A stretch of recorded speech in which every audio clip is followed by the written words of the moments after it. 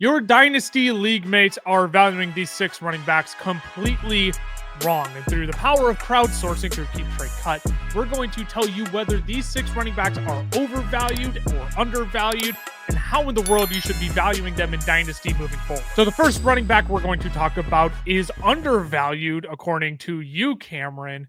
Why do you think Jonathan Taylor is actually undervalued by Dynasty managers right now? I think everybody's so concerned about Anthony Richardson. We see the rushing quarterback. He's going to steal touchdowns. He's going to steal attempts. Last season, Jonathan Taylor averaged 21.64 attempts per game. And you're going to go, well, Anthony Richardson didn't play all the games. He had 5 games with Richardson of over 22 attempts, 23, 24, 25, 22, 29, and was just fine. He finished the season on an unbelievable tear. Week 16 through 18, he was the running back 2 in points per game with 30.8, averaged 175 rushing yards a game. Now I understand, obviously, weeks 1 through 15, he was only 13.8. But when I look at Jonathan Taylor, I think what he showed at the end of last season is, hey guys, by the way, I'm still elite. When I'm healthy, I'm still one of the best pure rushers in the NFL. Now, his upside, it's going to be harder for him to get up to running back 1 overall with having, if Richardson's playing, just because he's not getting the same receiving work. However, I think it's going to be really interesting at that quarterback position between Richardson and Daniel Jones this season. We'll see, that signing of Daniel Jones for $14 million really shows everybody we have no faith in Richardson. The benching last year showed we have no faith in Richardson. Obviously, they lost 2 guys in their offensive line. That's going to be a little bit weaker. But I do see him, and I'm going to say this. I don't want you to freak out. I see him similar to Saquon Barkley in the fact that he is unbelievably talented. But because of injuries, team situation last couple of years, I think we forget how good of an NFL player, how good of a running back Jonathan Taylor actually is. I'm not saying he's putting up 2,000 yards this season. I'm not saying he's having 16 touchdowns. But I think we forget that he is a top 3 NFL back for me personally. If I've had to pick 3 NFL backs, he's going to be my top 3. So I think he still has a top 5 upside. And he's only 26 years old. He's going to be 26 at the start of this season. So he's right in the middle of his prime. So yeah, that is why I think he's undervalued. I think what we saw at the end of last year, I don't think he's going to have 30 points per game, but I think that's more of a glimpse of the player that Jonathan Taylor is. I struggle with Jonathan Taylor. I feel like he's properly valued, but Ty, where are you at? Do you think Jonathan Taylor is an undervalued asset in terms of the running back position? Do you think he's overvalued? Where do you land? I'll let you chime in before I maybe give my properly valued opinion. Yeah, I think he's just slightly undervalued just because he is going behind other running backs right now, or is ranked behind guys like Bucky Irving and Breece Hall, who have different circumstances in their own ways, very different than Jonathan Taylor. And I think what Jonathan Taylor suffers from is a bit of the Alexander Madison in Vegas kind of argument of well, the team's going to be bad, so they're just going to be useless carries. And I think, like Cam had said, the thing that we're forgetting about is that Jonathan Taylor is an elite talent, that he can maximize those opportunities, even though it would not be on a great offense. I think the other thing that we do need to consider, what are the chances that this Colts offense does rebound a bit, that, Anthony Richardson isn't as bad as he was last year, and that the entirety of the offense, again, is better than what it was last year. That only helps out Jonathan Taylor, right? So I don't think, I'm not saying that what we saw last year was it can't get any worse than that. But in some weird way, if things can kind of click more and work in sync more with this Indy offense, it's only going to help Jonathan Taylor, who, like Cam said, again, is an elite talent and will make the most of his opportunities. I think, and this is my problem with the whole thing, I feel like the contingent upside of Jonathan Taylor resides so much on ifs. If the Colts bounce back this year, if Anthony Richardson doesn't take too many rushing touchdowns away from him, if Anthony Richardson isn't on the football field, I'm not saying Anthony Richardson is this quarterback that's going to hinder Jonathan Taylor from, relevant fantasy stardom, but I also can't act like Anthony Richardson isn't a threat near the goal line either. And if he does progress forward, and there I use an if as well, right? So much of Jonathan Taylor is contingent on an if. And I feel like where he sits at running back 8 right now. As you can see on your screen, these are literally as of this recording, an hour before this recording at 3:10 on Monday, March 7th. Over on Keep Trade Cut. Jahmyr Gibbs, Bijan Robinson, I think Saquon Barkley is still ahead of him as well after the season he just had. Ashton Genty coming into the draft as well. Like, I just don't see him busting into that tier because of all of these reasons listed. You still got Achane, Breece Hall, Bucky Irving, as you said, Ty ahead of him as well, which I think there's room for adjusting in that, but I don't know if I would necessarily fully call that undervalued and maybe more so like properly valued. But if there's another point you want to add on to that, go for it.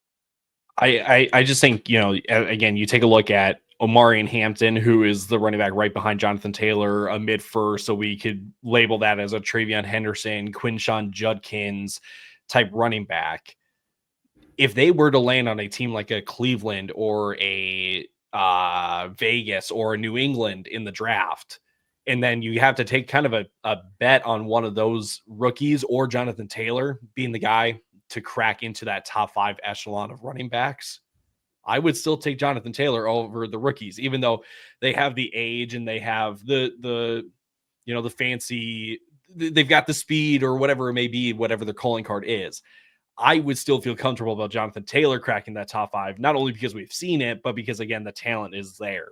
So I really, it could be a pick your flavor, because you could also make an argument for the rookies, you make an argument for Breece or Bucky as the other two guys right ahead, like we've mentioned.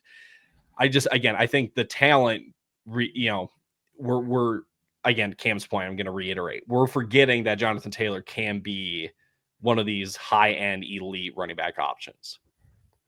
Yeah, the last thing I'll say is Jonathan Taylor was on pace to have the most carries in the NFL last year. I don't think that changes even with Richardson back, because they have to lean on him no matter who the quarterback is.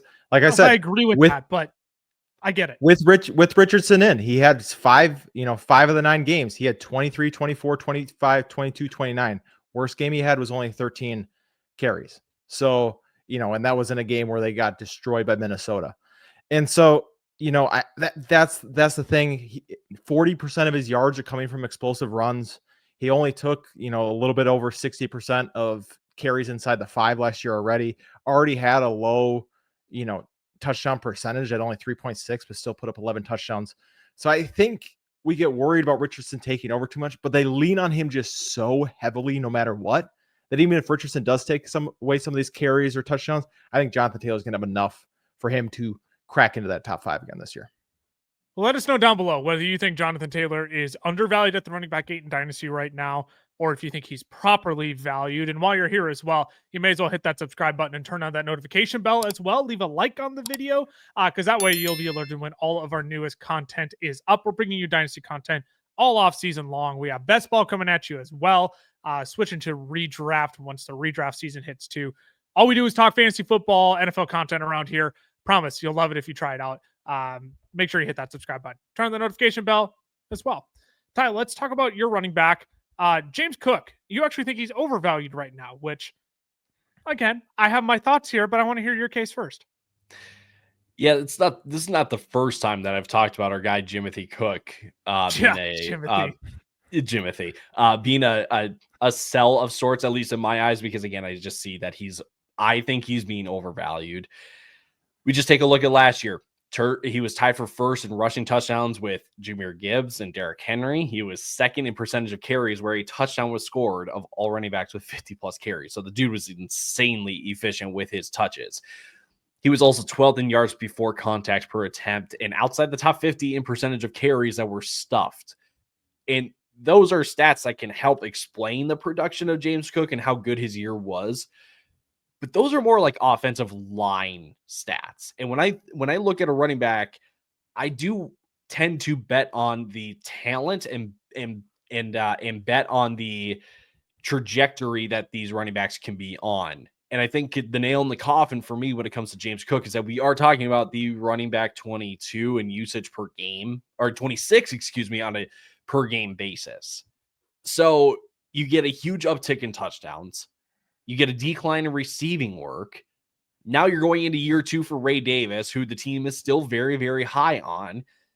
And you're talking about a guy that is technically undersized for the position. I just see there's at least a way where James Cook can regress. that we don't see that kind of top 10. We're talking about more top 15, which at that point you may say like, well, Ty, you're kind of nitpicking and we're splitting hairs at that point, which sure, there's some merit to it. But I think when the value is this high that people, again, according to Keep Trade Cut, can rank him as a top 10 dynasty asset at the running back position, I think there is a time where you can reset to go younger. You can look elsewhere at a different position, like a Rashee Rice. Now, that's probably a bad example just because the guy will likely be suspended to begin the season and he is coming back from an ACL tear. But again, I see an opportunity where we have overcorrected or we have let last year kind of dictate, oh yeah, like that's going to happen again for Buffalo because again, Josh Allen and Buffalo can score touchdowns. I'm not sure it's James Cook that's going to be able to put up 16 touchdowns again. And this is where I think it's tricky when we get into this episode of, I don't want us to sit here and say that every single player is a sell because of their, or a buy because of their current value. I know we've talked about James Cook on the sell episode before, but this is one where like, I just look at the landscape and I don't know where else James Cook is supposed to fall. And maybe before I dive into that, Cameron, I'll let you jump in with your thoughts here too. Yeah, I think I agree with you, Ty. I think he is slightly overvalued. He, an undersized back. He only had 48% of their red or inside the 5 touches last year, still came away with 16 touchdowns. For reference, Derrick Henry was up at 90% of their inside the 5 touches, had the same amount of touchdowns. He had a 7.6% touchdown rate.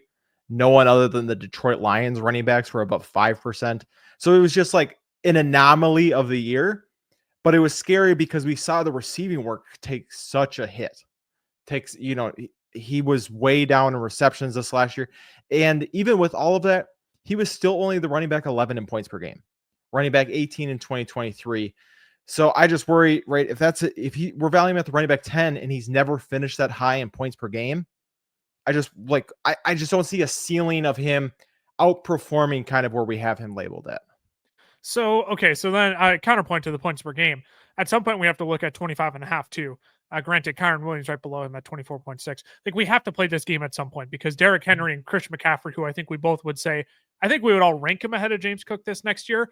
I'm just trying to remember dynasty landscape, age matters for something here. So when we're looking at dynasty rankings, then like on the screen, you can see Kyron Williams, if you're over on YouTube, Kyron Williams and Kenneth Walker are both below James Cook. Would you rather have James Cook over those guys, or would you rather take both ahead of James Cook?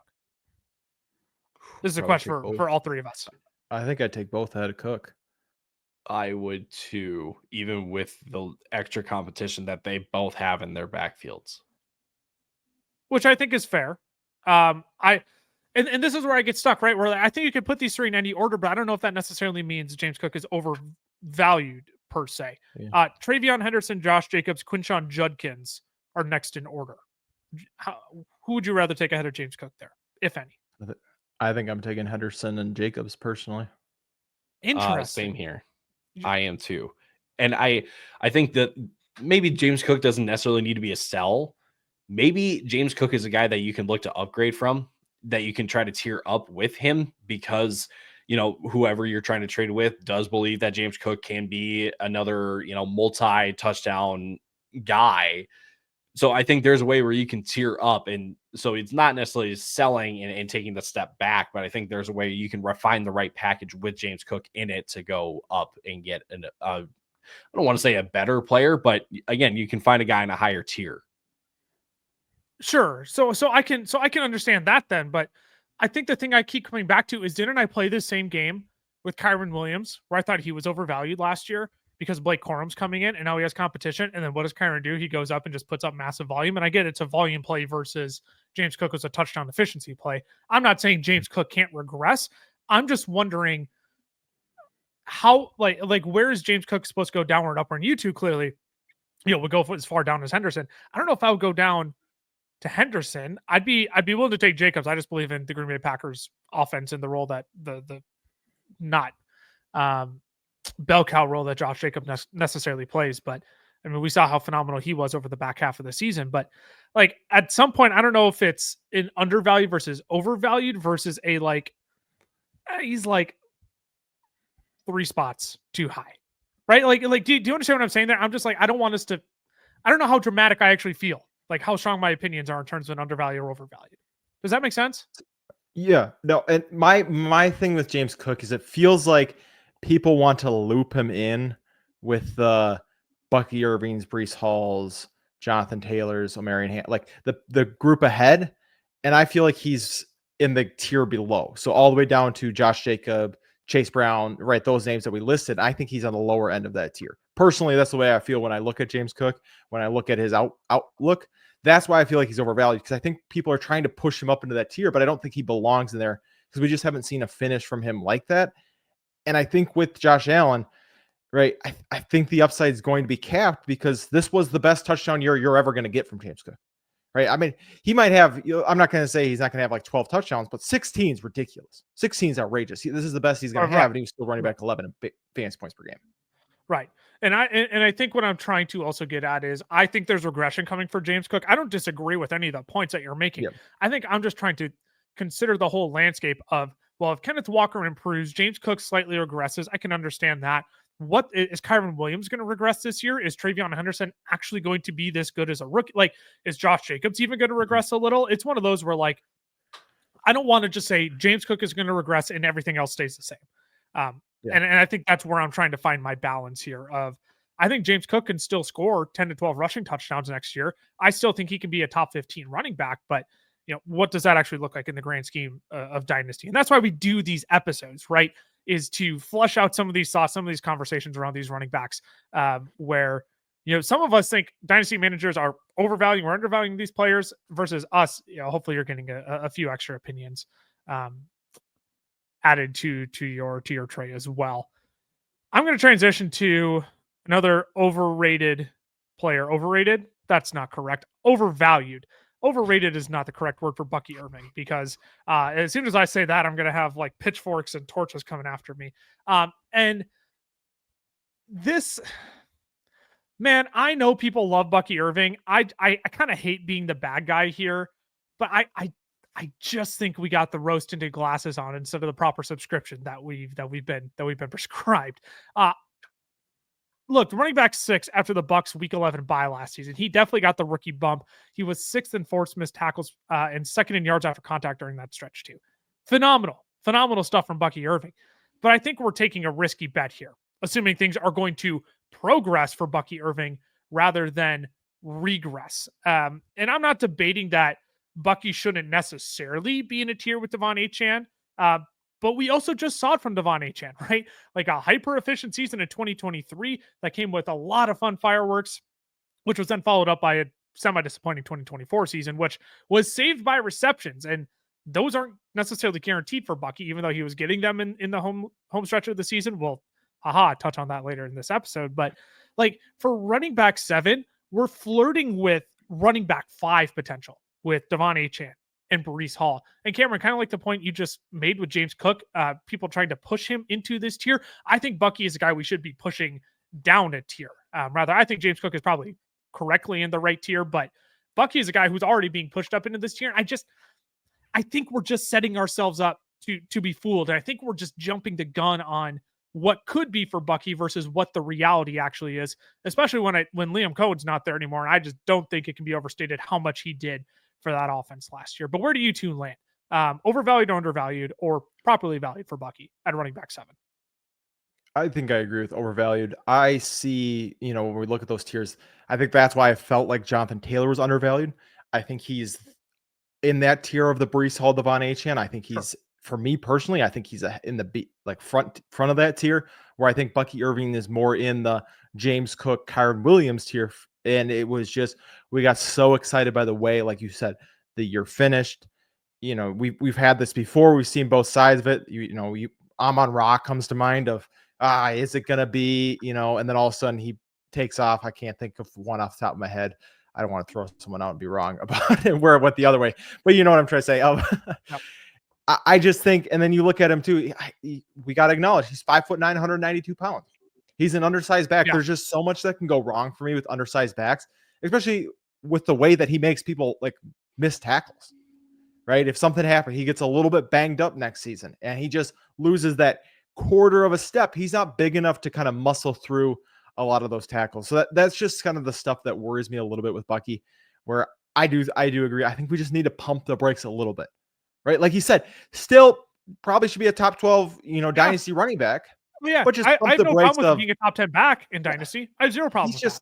he's just not on the verge of getting into that Genty, Saquon, Gibbs, Bijan tier where we kind of have him right now. Right. So where do you land then, Ty? Cam's kind of with me. Where are you? I'll have more to say on this later, and that, ladies and gentlemen, is a heck of a tease. So stick around.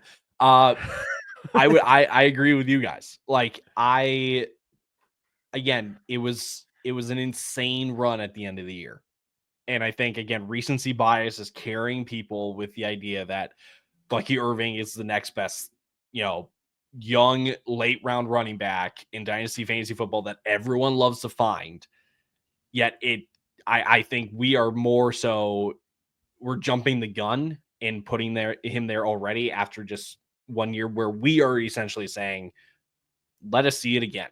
Right. With all of this, all the change that's happening with the coach, with Liam Cohen not there, a particular teammate, again, another tease. Again, like I'm with you guys on this one. So I'm working on this theory in my head as we are talking. If there's a price on so Bucky Irving, I think, is a great example of this. He feels like a guy where if you have him on your team, you're probably feeling the like, can he create magic twice? Can he? Mm-hmm. But yet there's not a price that you can confidently say, yes, I will move off of him for. Is that the dead giveaway that a player is overvalued? Yeah. That's how I feel. That's how I feel.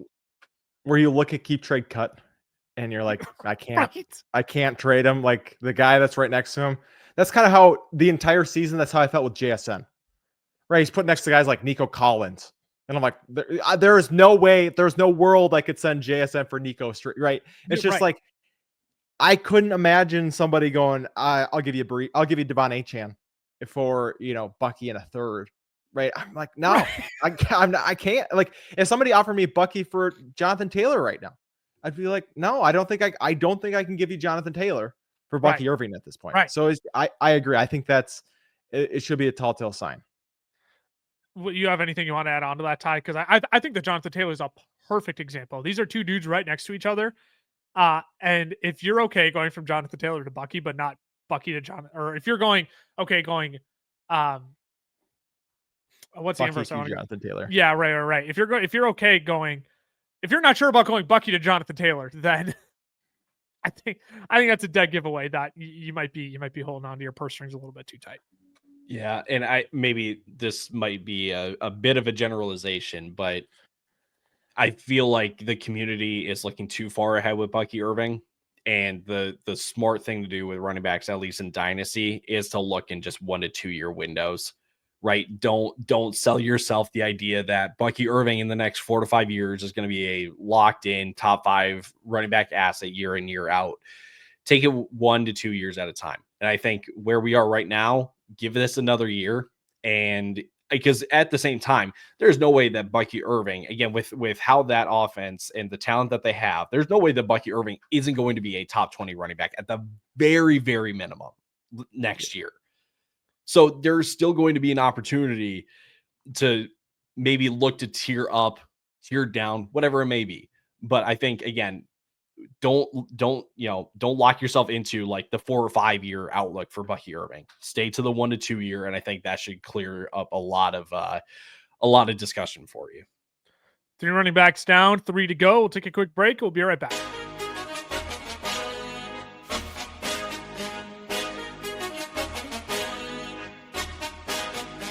Today's podcast episode is brought to you by our friends over at Underdog Fantasy. Now, we love Underdog. It is the easiest place to play best ball formats, and they even have their own form of player props called Pick'em. You can make up to 20 times your money on a single night by correlating props together. 2 picks will triple your money, 3 will 6 times it, 4 will 10 times it, and 5 plays that all hit will multiply your entry by 20. You can even place insurance on your picks too, so if only 4 of your 5 props hit, you still get 10 times your entry. And if you use our code FELLAS when signing up, Underdog is going to double your first deposit up to $100.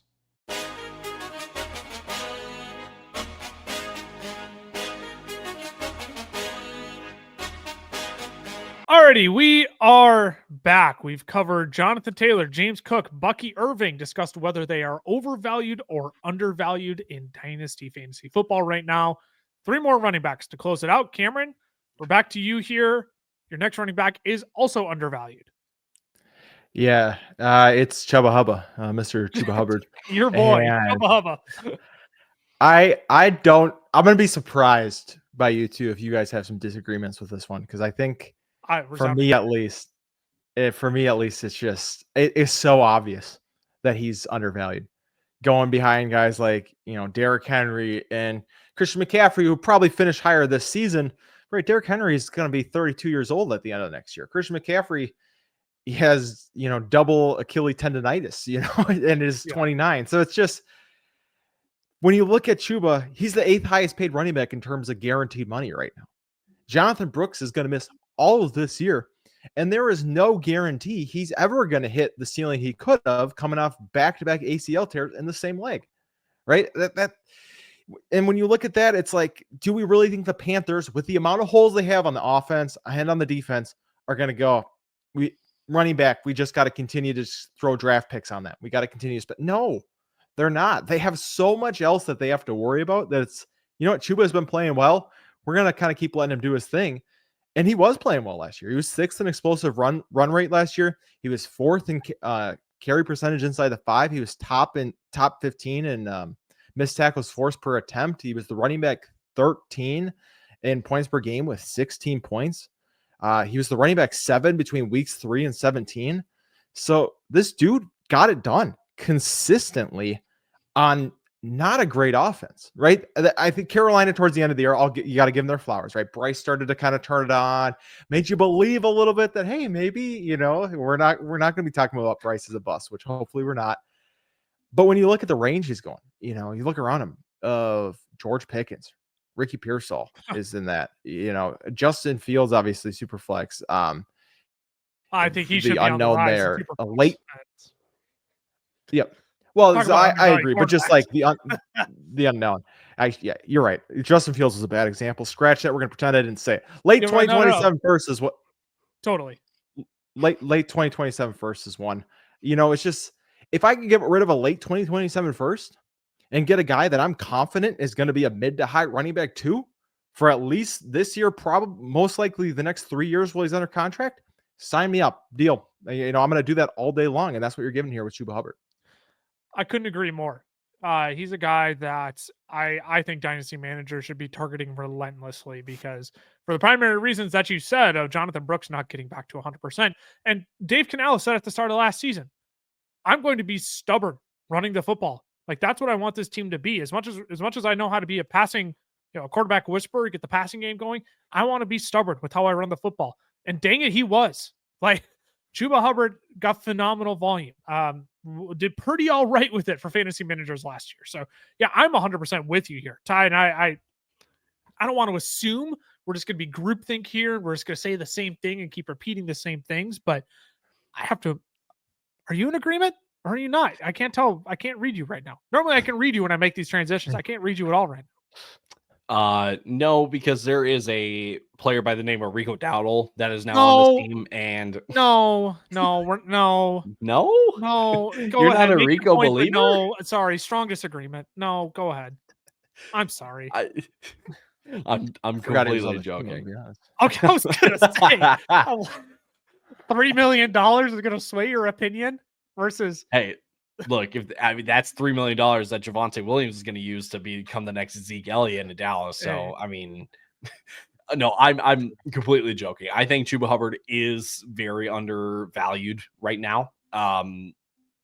There is the Rico Dowdle addition that does make you wonder, like, can we get the same usage out of the guy? But with how Chuba Hubbard played last year, like, Carolina has no reason to not lean on him again this year. And again, like Cam had said towards the end there, Carolina was figuring it out on offense.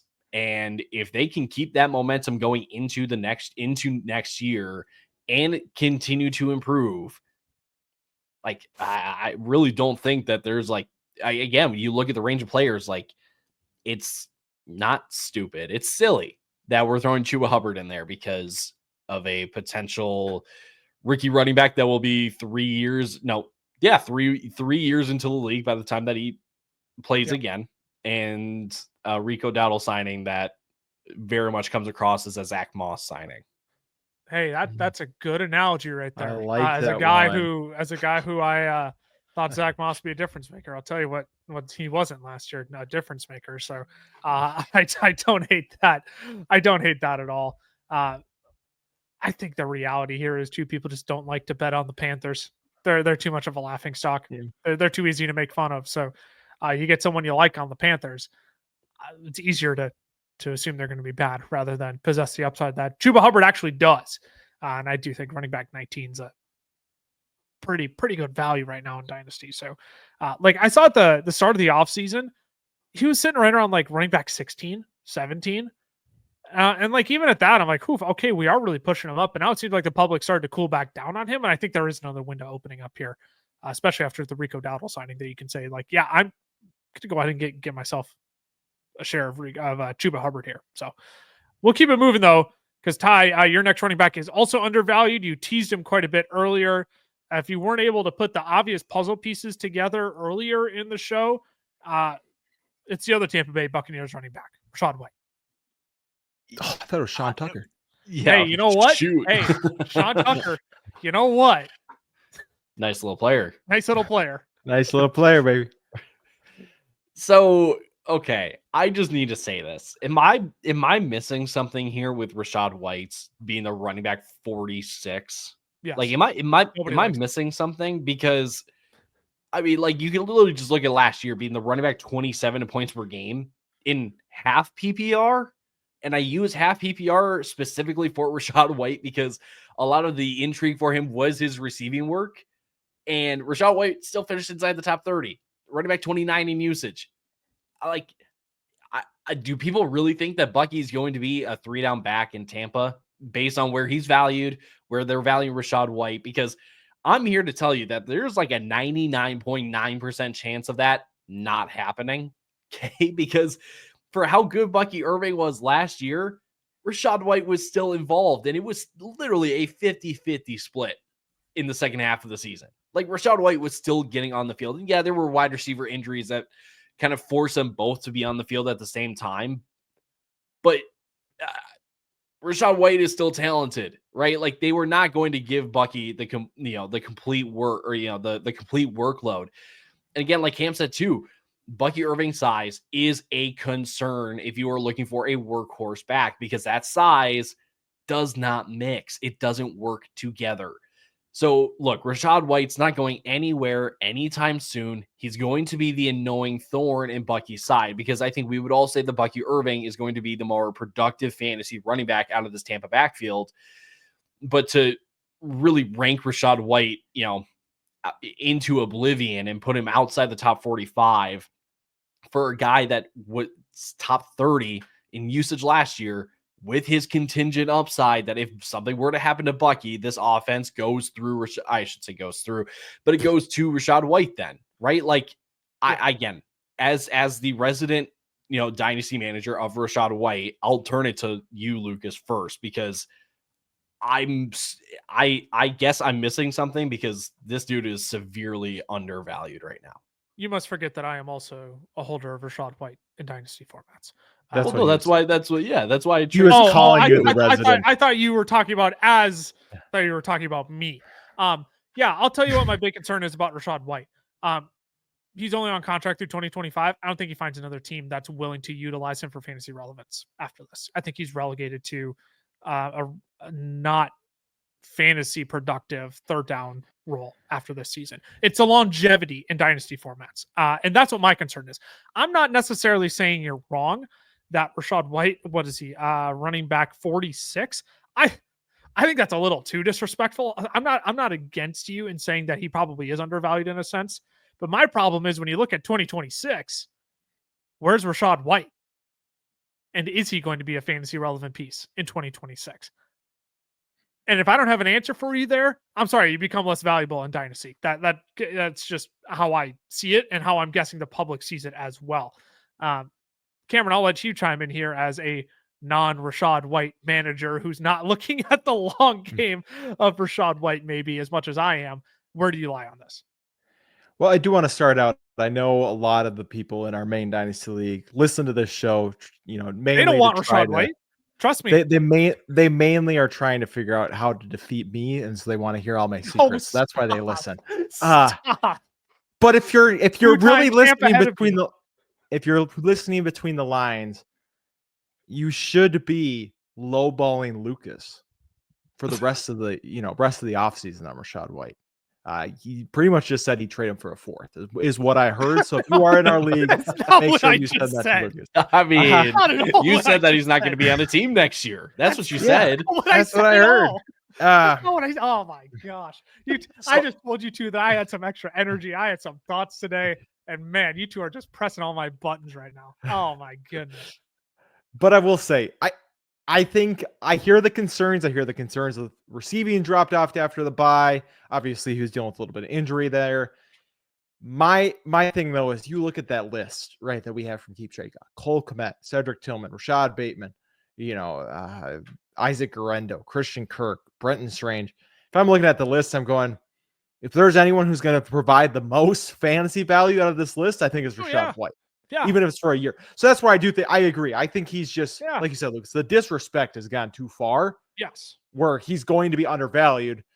And I think you can get, like, they say a late 2027 second. So that's like an early 2025 third. Yeah, I would send a third for Rachaad White and take Rachaad White and get the points that I think that we're going to see this season and worry about the rest later. So I agree with both that there is definitely concerns, but it has gone too far. Yeah, I again, as I said, don't try and read in between my words. I think Rachaad White is undervalued. I'm just telling you why he's all the way down at the running back 46 is that this dude does not have a contract in 2026. And we have zero clue where he's going to play, if he even has a fantasy relevant role, because Lord knows he's not efficient when he gets rushing opportunities, right? It has to come through the receiving game for him, and you need to get him on an offense that wants to use him in that capacity and is willing to give him some outside zone rush attempts as well. So that's just the reality with Rachaad White. And that's why nobody else wants him either. So if you're a Rachaad White manager, I'm sorry, you're probably stuck with him, unless if someone does come along in your league and say, hey, you know what? I just need some depth. I need like a very solid running back 4 on this team right now. How about we swap a couple pieces so I get a Rachaad White back in a trade? Like, that's what I kind of think you're hoping for right now. Again, I want to look at this list of all the running backs ahead of Rachaad White right now, though. Like, okay, here we go. We got Blake Corum. I can understand that. Isaac Guerrero, the immediate backup to McCaffrey. I can understand that. J.K. Dobbins. Is that too... J.K. Dobbins feels sneaky low there too, but again, not a guy who has a contract currently. Yeah, I mean, Dobbins was a guy I was considering, so I would agree that I think Dobbins is too low. Braylon Allen, Jalen Wright. Ty, I know you had some thoughts on Jalen Wright being there, but that one's a Devon Achane injury, and there's no Raheem Mostert there, so I get that one. Yeah, you're confused by that one though. Oh, I'm confused by that because I don't know why he would get on the field when they had a Raheem Mostert, they had Jalen Wright, and they opted to not use them and just use Devon Achane. And I know that they had QB injuries early in this year, but like, I don't get it. DeAndre Swift is another one that's right ahead of Jalen Wright. That one I don't get. DeAndre Swift is for sure not going to be on a team. Rachaad White's going to get the first nod before DeAndre Swift does. I can guarantee you that. What? Yes. Interesting.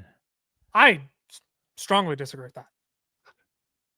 Because I think Rachaad White is like on the same trajectory as DeAndre Swift of like, I guess we'll sign you, but I don't know if we actually want to play you. I don't know if we actually want to put you out on the football field. So where do you think he goes in no, but like name a situation where you think like a team might be interested in Rachaad White. What team would be interested in that kind of player? It needs to be a team that's willing to check down to the running back, and that the running back one isn't strong enough to keep him off the field. Like Bucky Irving came out, but Bucky Irving still got receiving work at the end of last season. Like they see Bucky Irving as competent enough to have Rachaad White be more of a change of pace rather than like an actual viable piece in their offense. I don't know where that I haven't thought about that far ahead for Rachaad White because frankly I'm just trying to get my points where I can this year. Like Commanders are a great example. Commanders would be a phenomenal example.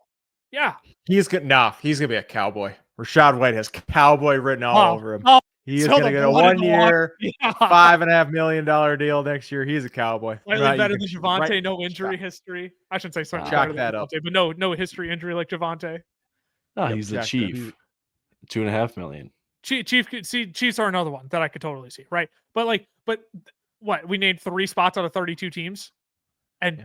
the Cowboys I'm not as excited about. Vikings. What was that? Vikings. He said Vikings. No, Help Lucas JJ thought you McCarthy were give an cursing him outlet. out. no. See, I'm not interested. I just this is the problem with Rachaad White. I just don't know if he's a good enough rusher to make himself like a prominent top 24 running back, unless if he's a viable part of a passing offense. And you need very specific offenses for that to happen. And I feel like we named 2 of them in the Chiefs and the Commanders that could potentially make that work. But Hey, look, I know that you're looking at the 3.7 and the 3.6 yards per carry, and I'm just telling you, ignore it. Just ignore it. Just ignore it. It's not even there. what? That's terrible advice. No, let's ignore the bad things about a player and instead only evaluate them on the good things. That way, nothing can ever go wrong. See, now you're talking some language that you see on That's- Twitter these You, days. terrible. you sound That's like a what- guy who believed in CEH for too long. That's what you sound. Man, we're spending way too much freaking time on Rachaad White. So I'm going to talk about a player that I think I have much more confidence in. How about Rhamondre Stevenson?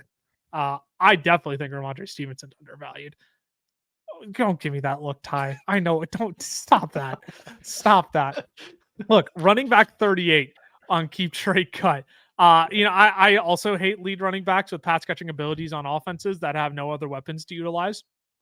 I hate those kind of running backs too. They actually stink. I just don't get this one because I know the Patriots offensive line was dog water last year. But it absolutely cannot get worse, especially when the Patriots have the number 4 pick in the NFL draft this year. Oh, the other thing. Yeah, Rhamondre Stevenson under contract through 2026, through 2028 technically, but he has an out in 2026 when he becomes a $0 dead cap after that season. So like I can understand, the big 5 in this draft, the Genty, the Henderson, the Judkins, the Hampton, the Caleb Johnsons all ahead of him. That all makes sense to me, but like I just don't know with such confidence that we could be putting Trey Benson, we could be putting Zach Charbonnet, Jordan Mason is ahead of Rhamondre Stevenson right now. I just don't understand those. I just don't understand because similar to guys like Rachaad White, Rhamondre Stevenson is going to see the football field as the New England Patriots lead running back this year. There is no guarantee that Jordan Mason behind Aaron Jones, Zach Charbonnet behind Kenneth Walker, who Clint Kubiak is talking up the crap out of this offseason. And who's the other example that I use? Trey Benson ahead of James Conner, who also just got a contract. I know we all love playing this age game in Dynasty, but instant production has to mean something, especially for a guy who's under contract under the next couple of years. So I guess all that I'm saying is that if you can get a running back too for the price of Rashid Shaheed coming off of an ACL tear, like that's a deal I'm willing to make 10 times out of 10. That's where I'm at on Rhamondre.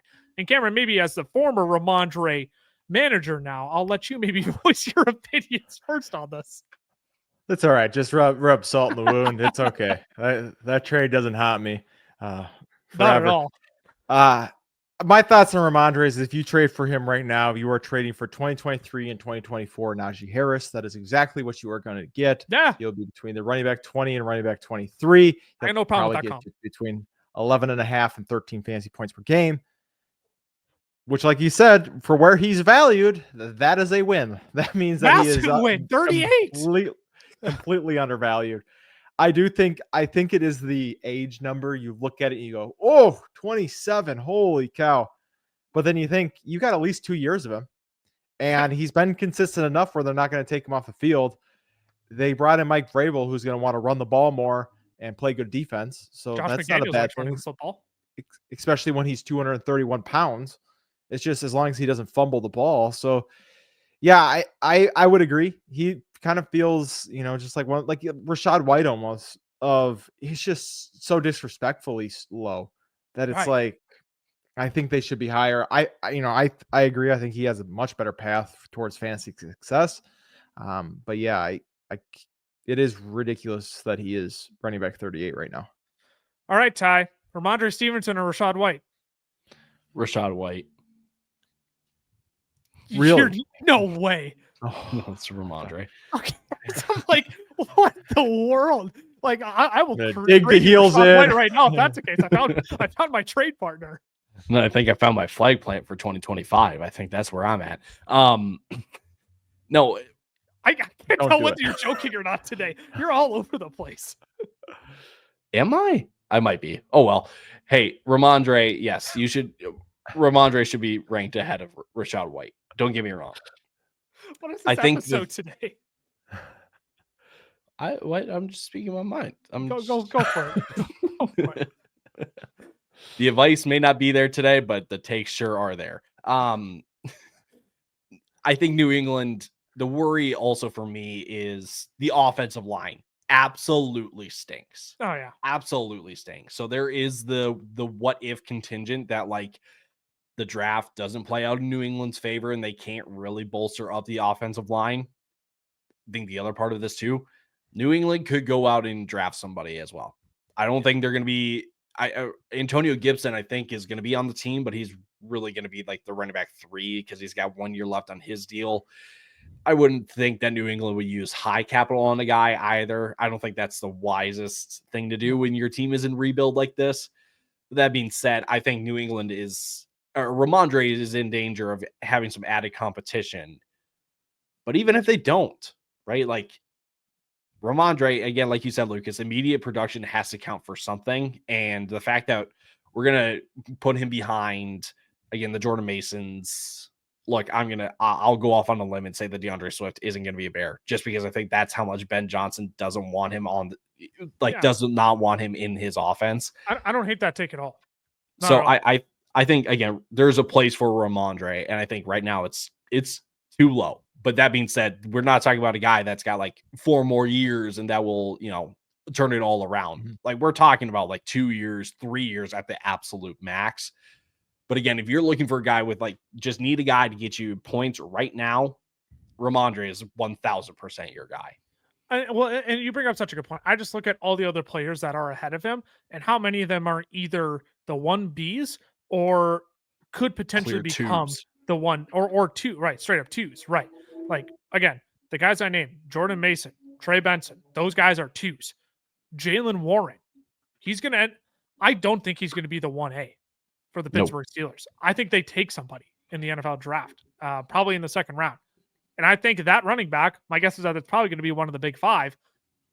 Not Ashton Genty or probably Amari Hampton. They'll probably both be gone by then. But whoever plays complement to Jalen Warren, I could see Jalen Warren being relegated to a 1B role and not the 1A role. Rhamondre, I feel very confident he'll be the 1A unless if they do decide to draft a Judkins potentially. But like, again, that doesn't feel wise given the state of the New England Patriots franchise right now.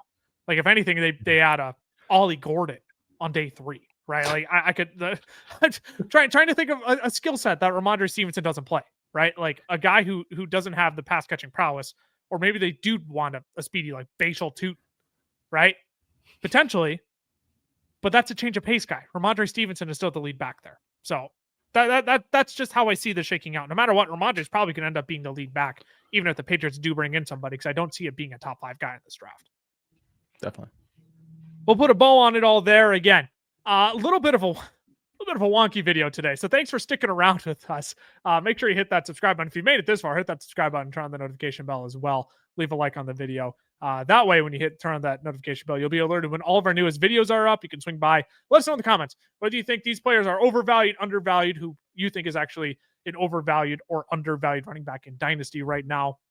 We'll be back later this week with wide receivers. We're going to play the same game, overvalued or undervalued. We're going to give you our thoughts on 6 different wide receivers coming up. In the meantime, if you want to follow our other socials, FFL is on Twitter, DFFL is on Instagram, Fantasy Football Fellas on Facebook and TikTok. You can follow our personal socials as well. I am at Lucas Wenzel. I'm so distracted by my headphones. I just yanked out of my head right now.